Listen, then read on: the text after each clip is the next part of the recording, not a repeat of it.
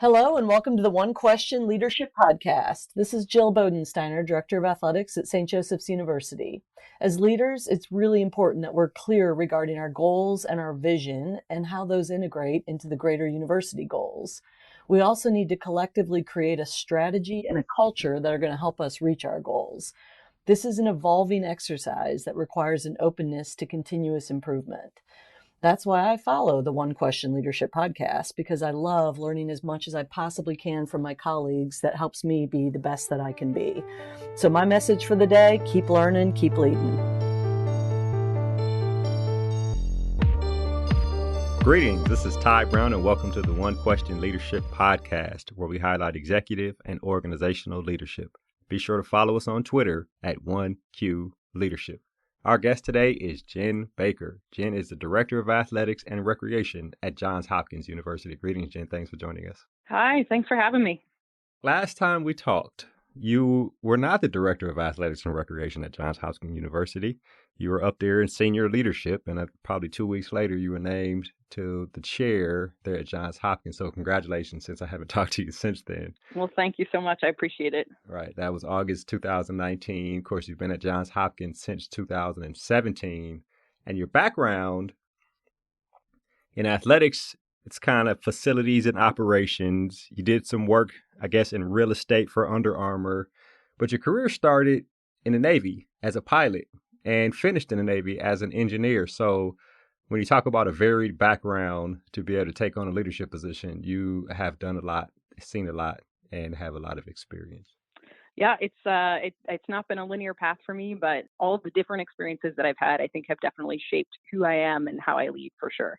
Right. And of course, you have your athletics leadership consulting, which I have no idea how you still do that as the Director of Athletics and Recreation at Johns Hopkins. I don't, if I'm being totally honest, I really don't. Okay. Yeah, I mean, something's got to give. And certainly it was that. My priority is definitely with Hopkins right now. Right. But I think the people who have experience with that did get a lot from it and probably have went on to leadership positions of their own in their careers. Now, the reason I have you on is because obviously the pandemic chapter of world history and specifically U.S. history is something that we have not planned for, but it is something that we have to deal with, especially when we're in a leadership position. And access to information always helps to make educated decisions. Now, we hear Johns Hopkins medicine quoted in the news almost every day. And I wonder how much you being there close to that whole apparatus there, the Johns Hopkins medicine apparatus, how much has that informed your decisions over the last couple months?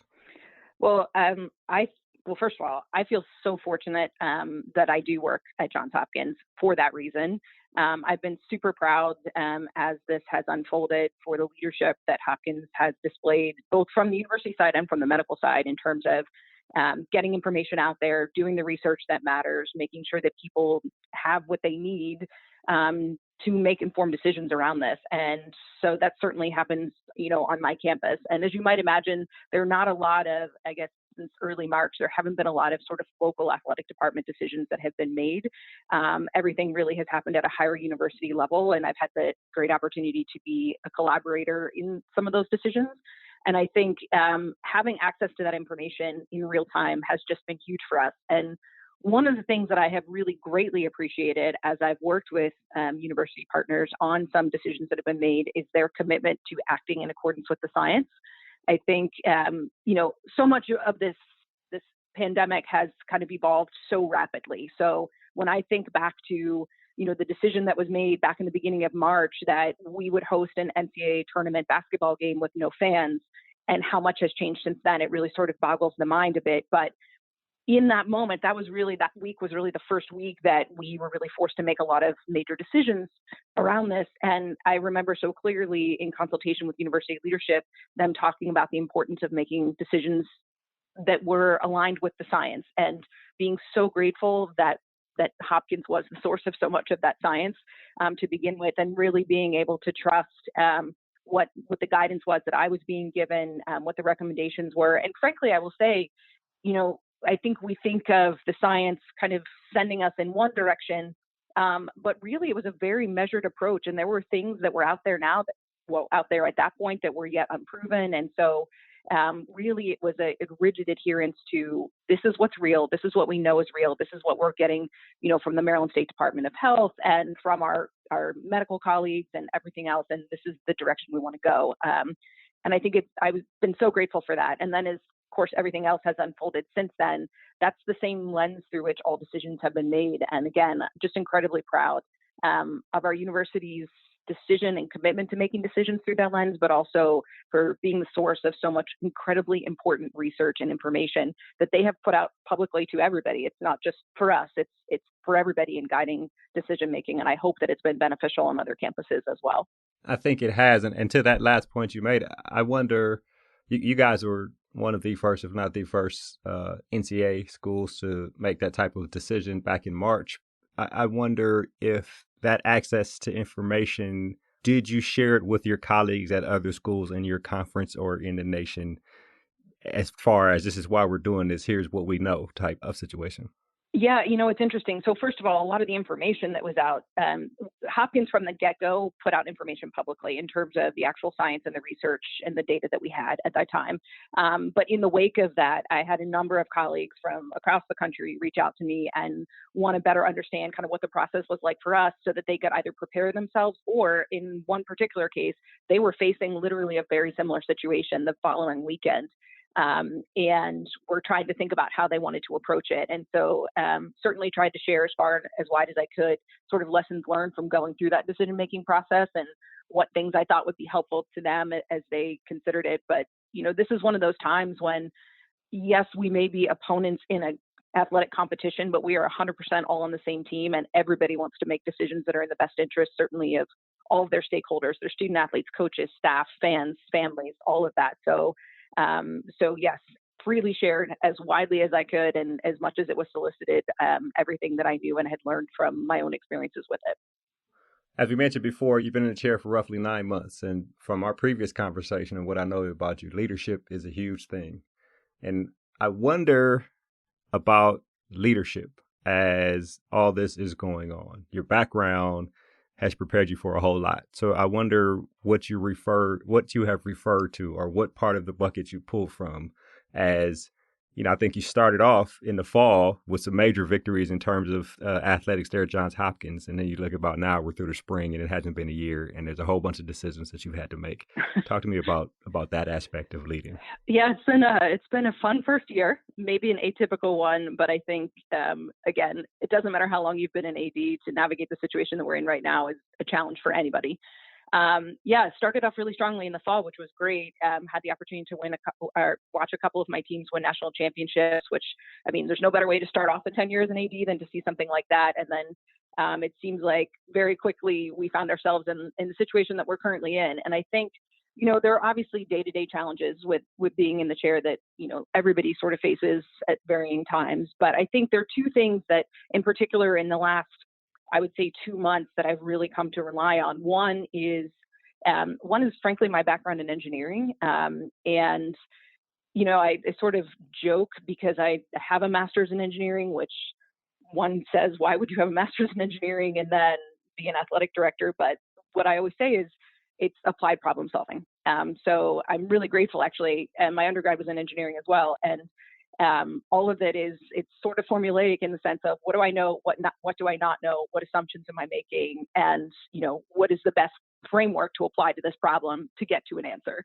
And I think that's kind of a problem solving framework that I go to all the time, and certainly have of late when there's so much information coming at you at once.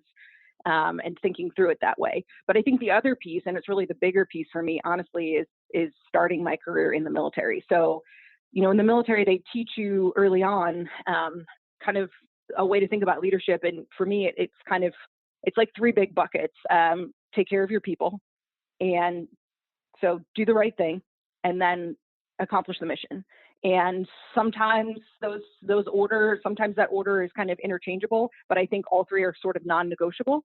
And as this all started to unfold, again, I think back to the week where we had to contemplate how to manage the situation with our men's basketball tournament, hosting those hosting responsibilities. And it was sort of in that moment, I had so many different stakeholders that I needed to communicate with. And there were so many different questions that were sort of being thrust on me from all different kind of groups. And, I just came back to like, I need to take care of my people. I need to take care of my student athletes, my coaches, my staff. I need to take care of the fans who are here, their families, right? So you come back to that lens, asking myself daily, what is the right thing to do here? Because I was prepared. I mean, there were some very difficult decisions to be made there. And I'm not afraid to make a difficult decision if I know it's the right one and if I believe in my core it's the right one. But coming back to what is the right thing, and then really what is our purpose here? And now as we live in the environment we do, where we're all working remotely and we're all trying to think creatively about how we find a path forward, amid all of this uncertainty, I kind of come back to that mission piece, and that our mission has not changed. In my mind, our mission, we're here to educate these young men and women and to provide them this educational experience as part of their undergraduate experience, which I believe is so important to their personal development. And then we want to graduate them, and we want to set them up for that life of success, whatever that looks like for them on the backside. That mission hasn't changed.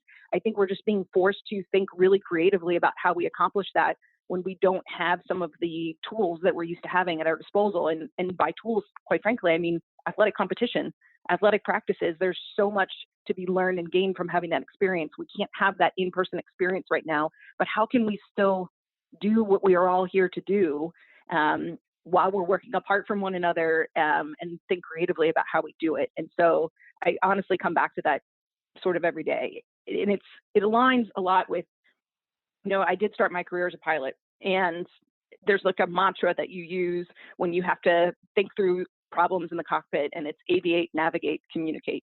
So they give you sort of this priority, like first you got to keep the plane running and keep it going. Then you got to figure out, where you're going. And then you got to talk, externally and tell people what's happening. And I sort of come back to that a lot on the daily basis, is aviate, navigate, communicate, take care of my people, do the right thing, get the mission accomplished. And then it's a little bit of a lather, rinse, repeat there. And it looks different every day, but it's really how I approach my work. And it's certainly how I try to encourage my staff to approach their work as well. You talk about those three things, and how you spelled it out is actually pretty impressive, right? You look at the situation that you're being informed about, right? When you talk about applied problem solving, I'm being informed about this thing that's happening across the world, right? And now it's here in our country. So the people come first, take care of the people, right? And then you have to figure out what the right thing is to do so you can take care of the people, and apply all that in the lens of executing the purpose of being there as the director of athletics and recreation at Johns Hopkins. That's excellent. It is precisely that simple and precisely that difficult. Right. Yeah. All at the same time. Yes. So, last time we talked, you're a big leadership development person, and, we refer to the habits that we have, right? As we progress through our career, whatever our habits are and whatever we're trained to do, that is the thing we do when times get tough. Like you just mentioned, right? The Navy, the pilot training, etc. One thing you talked about a lot last time we had a conversation was about leadership development, practicing leadership for student athletes. If they want to be leaders and we want them to be leaders, we have to put them in position to learn, and essentially applied learning to be leadership, right? Applied leadership training.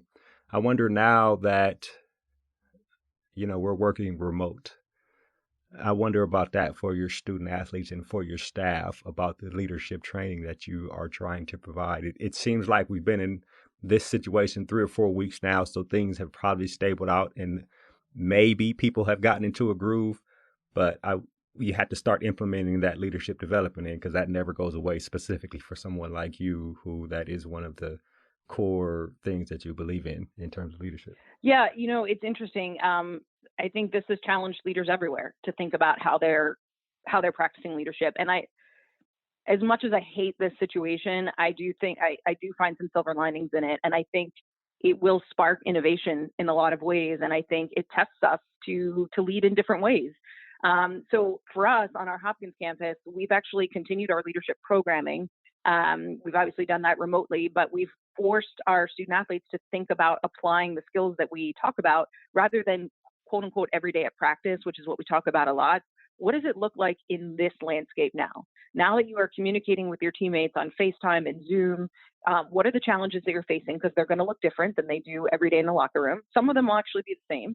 But then, what does it look like in this landscape, and getting them to think about the ways in which they can tangibly practice here. And I think that's honestly one of the positive ways for us all to move forward with this is I think initially at least, there's sort of a sense of feeling helpless and not knowing what to do. But as soon as you can start to kind of map that path forward, you feel more empowered and in control of the situation. And so that's a lot of what we've talked about is how can we practically apply this? Granted, it's going to be through electronic means.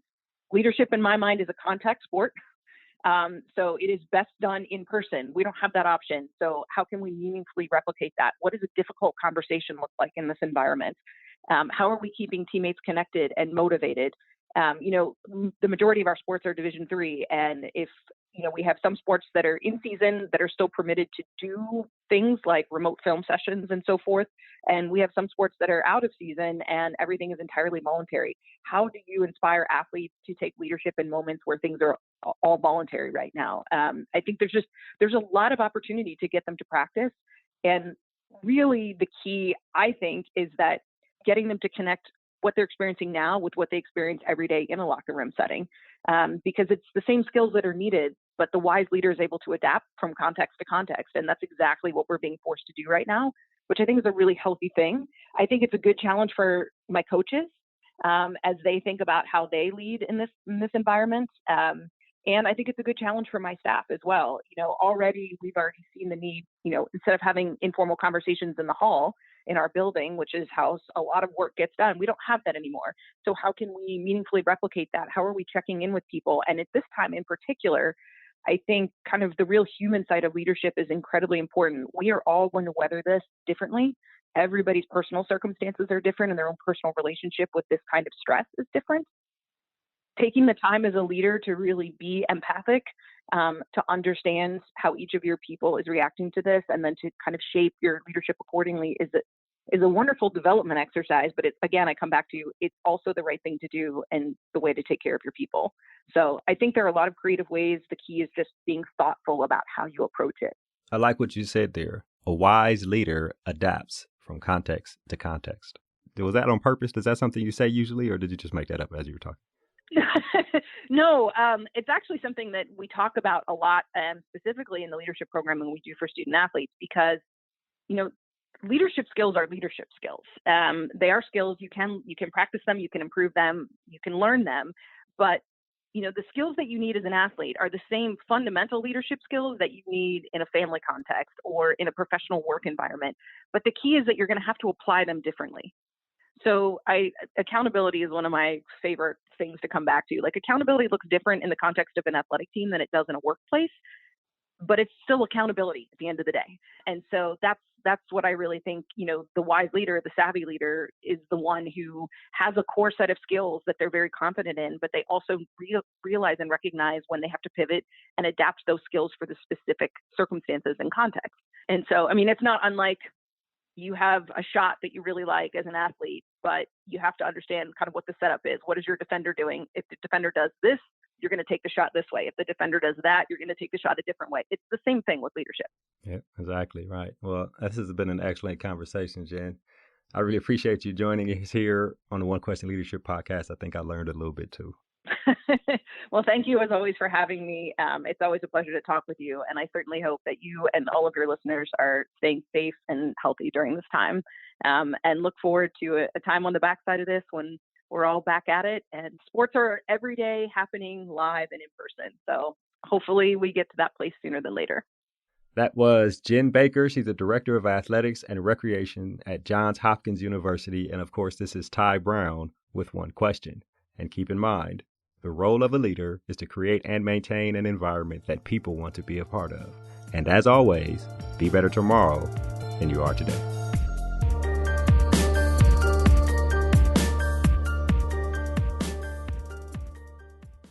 This episode of the One Question Leadership podcast is produced by Spades Media Group, solving problems using creative leadership.